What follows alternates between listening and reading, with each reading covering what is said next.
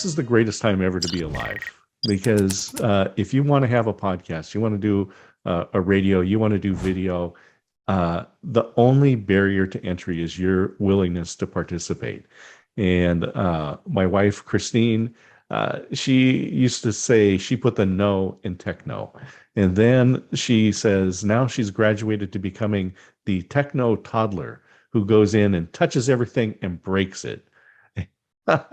But I will say that thanks to help from the digital mentor and other folks here, she has become a LinkedIn monster.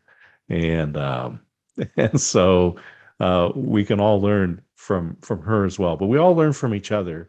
And one of the things is about, when you're a coach, when you're a consultant, we all trade off of our reputation. And experts have published materials.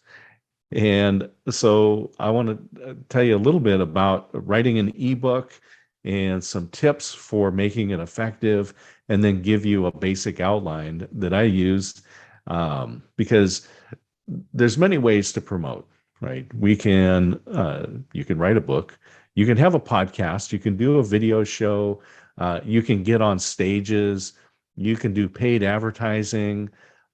All of these have the same basic foundation. And that is, first of all, you have expertise and you solve someone's problem. And then the second is you get in front of the right people. So I'm not saying that writing a book is the only way to do this, but it is a great way to demonstrate your expertise and to share that with others that are out there. So one of the key things is, again, that experts have published materials. So in the academic world, they're publishing and they're doing research and publishing in journals.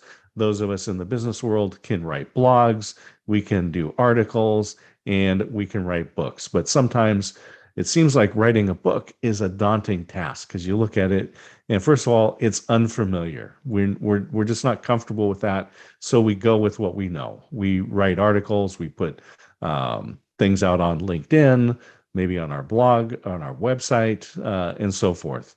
But again, it is an opportunity to highlight your expertise. Now, just to talk a little bit about the respect of professions and where coaches and consultants fall. So right now, the most respected professions are medical doctors, architects, scientists, and nurses.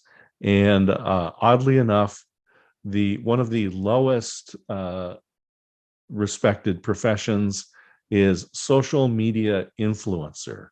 And in fact, call center employees rank higher in respect than social media influencers. So just to kind of give you a range there. But coaches and consultants, we fall, we're a little bit more respected than secondary teachers, but not as respected as local government managers. So there you go. There's some perspective. So you definitely want to have something that highlights your expertise, that showcases the knowledge that you have and how you have problems.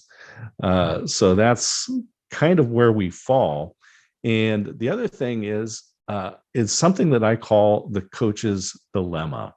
And this is where, we don't walk into a room with when we meet with a prospective client, we don't come in with Seth Godin's background and reputation, or Malcolm Gladwell or Simon Sinek. We come in and it may be a referral. Someone said, Leo said, "Oh, Scott, you should talk to Scott." And so I meet with them, and now I have to prove that I am the right person, that I have the expertise, that I have the chops to be able to solve their problem. So I listen to what they say, and then to demonstrate my expertise, I share information. And the end of the conversation sounds something like, "Wow, Scott, this has been one of the most enlightening conversations I've had in years. Thank you so much." and I never hear from them again because I inadvertently solved their problem and I don't have a payment agreement. So if I can maybe demonstrate my expertise in a different way, I won't solve their problem and not get paid for it. So you won't want to showcase our expertise in a book. And so one of the things that I want to tell you on this is that you're not trying to write an overall comprehensive book of everything that you know and all of the problems that you solve. What you really want to do is, we're talking about an ebook, and it's something that is solving one particular problem for a customer, something typical. And I think of it as the baker that's handing out a cookie, hoping that you'll buy the dozen, right? So you're giving something of value. And so choose a common problem that your ideal customer has, and then present that solution in a book. And one of the keys here is also that you're telling them what to do, but not necessarily how to do it. So that's really the key in your book is that you're laying out what this problem is, and you're telling them what they need to do, but not exactly how to do it, because that's where they come and work with you. So we're talking about publishing an ebook on Amazon, on Kindle, and it's once you're familiar with it, just like everything, it's not overly complicated. If you can drive a car, you can publish on Amazon. And so one of the problems with selling on Amazon, or selling a Kindle book, but selling anything on Amazon, is we don't know who bought it. So you'll get a tick and it says, oh, you have a sale on your, it'll tell you, I sold a book, or you sold 2 books, or whatever it is. But I don't know who bought them. So if you're looking at a lead magnet on your website, you might have them give you their email, and then you give them something for it, right? And you're growing your list. So when you use Amazon, so Amazon, by the way, not only is it the world's largest bookseller, it's also the world's largest search engine for e-commerce. That is, people go to Amazon looking for solutions to their problem. So you definitely want to be there in some form. So having a book is a great way to do that. And inside your book, and this is the next big tip, is don't just solve their problem. Don't just tell them describe the problem and tell them what they need to do to solve it, but put a link to content that is an exclusive course. Tell them, look, I'm providing access to an exclusive course that supplements this and actually walks them through. And so this now is gated content. So when they click on the hyperlink in the Kindle book, it takes them to the website. You can now collect their email, add them to your list, and provide a course to them. My recommendation is that you do something like a video course, and it could be something like 3 videos. The first one is where you set up what the problem is that you're going to solve and why it's so good that they get it solved. The second one is you lay out this particular solution. You might have a handout for them to fill out, or some sort of inventory, but they do something. The third video is where you give an interpretation. If you filled out this way, here's what it means, and this is what you need to do, and so forth. And what you're doing is you're connecting your face and your voice with solving that problem. And so you've written the book, you've provided access to the content, to this exclusive content, and been able now to capture their email and put them into an email sequence. And ideally, the goal, of course, is to bring them into being a customer that hires you and actually pays you. So that's the gated content. And the base outline for the book is that, first of all, think of this as a series of books, right? Because you're not trying to tell them everything you know, but you're just trying to present one problem, one solution, give them access to a course, and in that, you're thinking that this is a series of books. So I'm going to solve one problem here. Later on, I'm going to present something else. And so you lay this out. Christine has published volume 1 of The Act of Aging, and she already has volumes 3, 4, and 5 started. So it's something to look forward to, and it's providing a little bit of information at each time, but giving people a reason to give you their email. So we're talking again about an ebook, and it's going to be anywhere, say, 5,000 to 7,500 words. This is not daunting. It's really long form, like a long form blog. But think of it as if you were to start speaking on a subject that you know well, somewhere in your area of expertise, and you talk for 45 minutes to an hour, that's about 5,000 to 7,000 words. So again, we're not talking about a huge amount of research or work. You could almost dictate this and then go back and edit it later. We were talking about dictating software with Charlotte earlier. So that's what we're talking about. Just highlight your expertise in essentially a 1-hour talk, but you're capturing it into a book. And now the format for the book, and we'll start to wind down here, is there's a hook, you describe the problem, then you become the guide to the solution, and then you go for the ask. So basically what we're looking at is the hook is something that's catchy and common in the industry, something that's going to go, oh yeah, that's where I'm at, and they want to read more. Then you need to clearly describe the problem.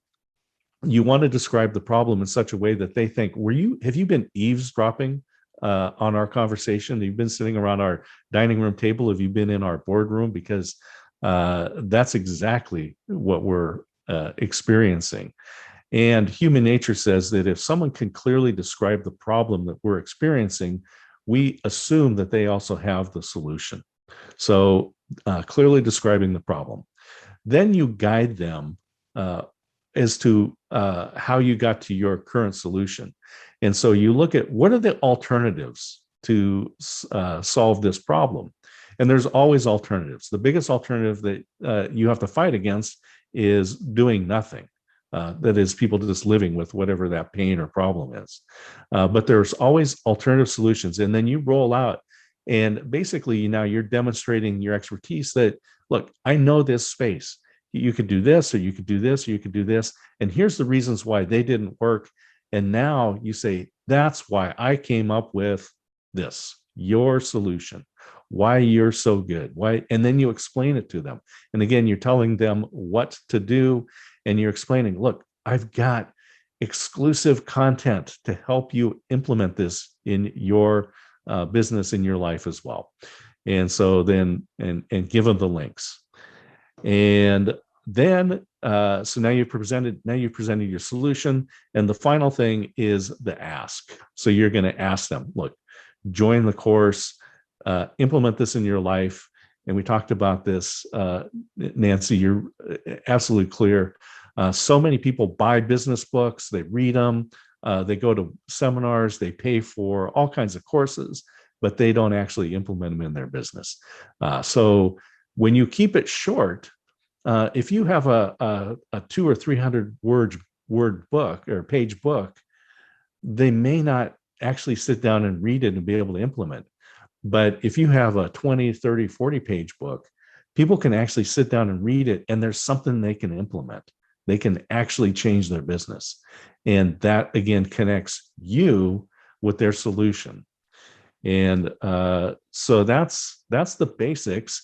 And I'll just say thank you to everybody. I put this out and said, look, if we get a handful of people to buy this, we can get up into the top 10. And so it actually started yesterday afternoon. And so people are going on to Amazon, onto Kindle, and for 99 cents, helping me out. And I appreciate it. The book right now is number 2 in the 1 hour business and money short reads, number 17 in advertising, and number 34 in advertising books. So I am grateful for that. And so now I've screenshotted that because I can say I'm a top-selling author on Amazon thanks to you.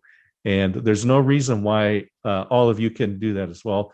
Christine's book, by the way, went to number 4, and she would have been number 1, but the number 1 person in her category is New York Times, Wall Street Journal, columnist, writer.